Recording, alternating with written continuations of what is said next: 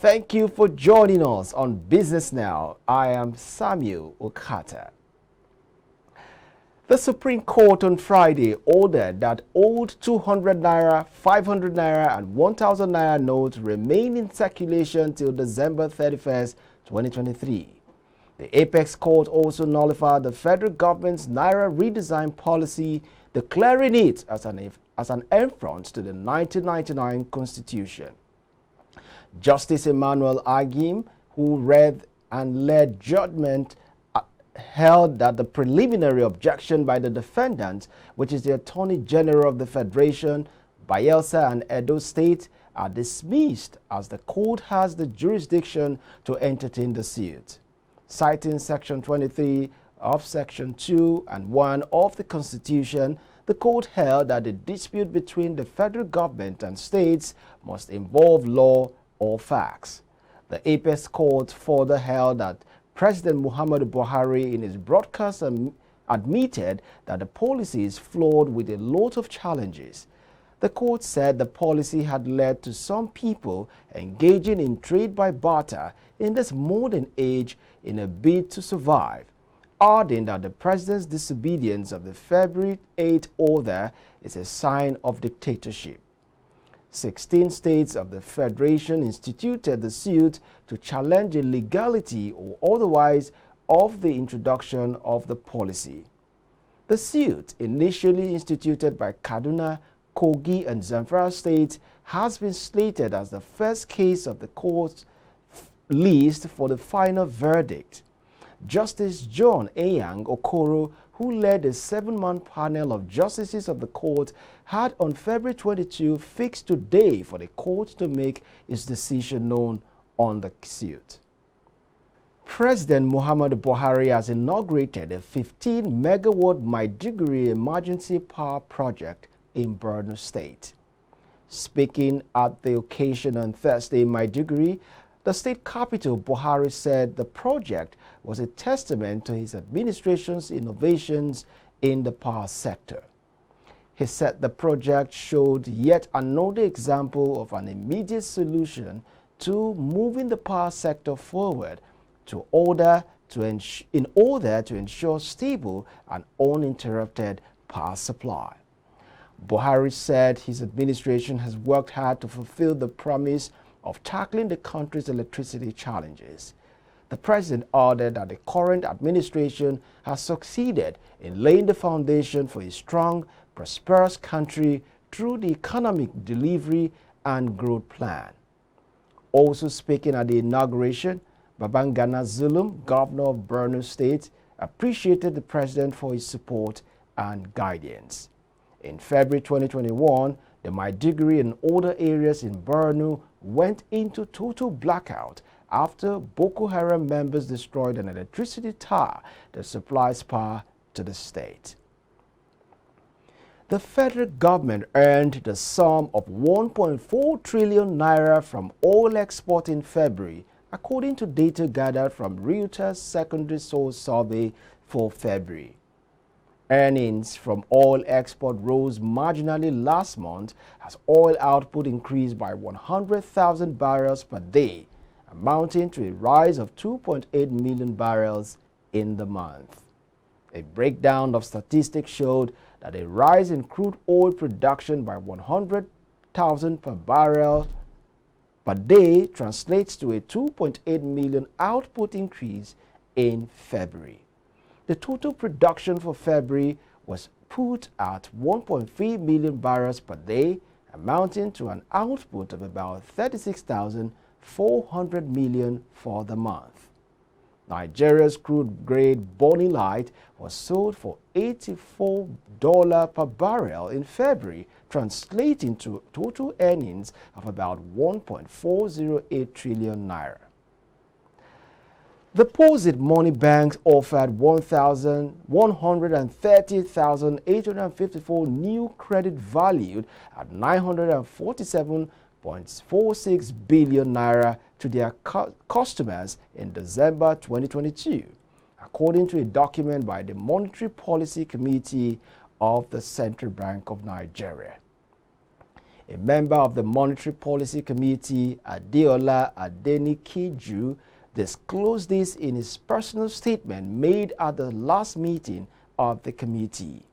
He also disclosed that the banking industry asset rose by 14.36 trillion naira, while industry credit rose by 5.14 trillion naira in 2022. Adenikiju said all measures of industry aggregates, asset, deposit and credit rose year on year, adding that the total asset of the banking industry grew by 14.36 trillion naira between the end of December 2021 and 2022. Similarly, industry credit increased by 5.14 trillion naira over the same period. The country's external reserve fell by $317 million in February, according to figures obtained from the Central Bank of Nigeria. The CBN's data on the movement of foreign reserves showed that the figure, which stood at $36.99 billion as of January 31st, 2023, fell to $36.67 billion as of February 27th, 2023. In January, the reserve fell by $63.62 million from $37.08 billion at the end of December 30th, 2022. Nigeria's external reserve fell by $3.43 billion in 2022 after dropping from $40.52 billion as of the end of December 31st, 2021. At the last Monetary Policy Committee meeting in January, the CBN Governor, Godwin Emefiele, said the committee noted the marginal decline in the external reserve in December. He said the development reflects the exchange rate pressure heightened by a combination of heightened demand and slowed accretion to reserve. The average domestic airfare paid by passenger has increased by 94.78% in the past 12 months, the National Bureau of Statistics data have shown. The development came amid reports of various challenges facing the local aviation industry. In a new report titled Transport Fare Watch, January 2023, the Bureau said airfares recorded at 0.16% increase when gauged on a month-on-month basis. The local airfares rose from an average of 74,586 naira 49 kobo in December 2022 to 74,702 naira 70 kobo in January 2023. On a year-on-year basis, the fare rose by 94.78% from 38,352.19 naira in January 2022. The report also showed that the average fare paid by commuters for both journeys within the city per drop increased by 0.94% in January 2023 on a month-on-month basis from 664.66 in December 2022 to 650.70 naira. While on a year-on-year, the average fare paid by commuters for both journeys within the city per drop rose by 36.59% from 476 naira 39 kobo in January 2022. The immediate past president of the Shippers Association of Lagos State, Mr. Jonathan Niko, has urged the Nigerian Shippers Council to ensure no cost effect on shippers while implementing the cargo tracking note.